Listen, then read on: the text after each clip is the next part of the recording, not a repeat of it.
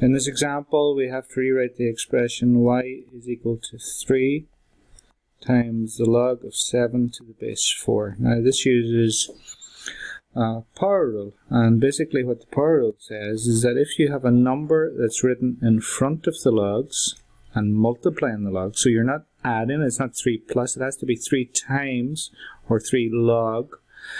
In that case, what you can do is you can move this number in front up until it becomes a power.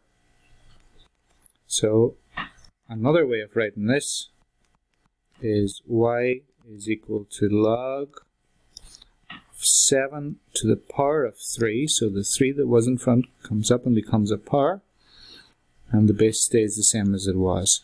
Now of course, if we can do it with numbers, we can also do it with variables. So let's say this had been y equals a times the log 7 to the power of 4.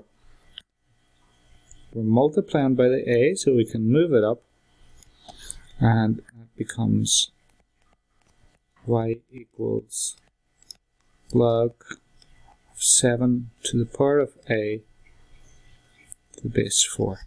Okay, so again, anything we can do with numbers, we can do with variables as well. We may have to put some restriction on the variable, but as long as the restriction is okay, then we can do it with variables.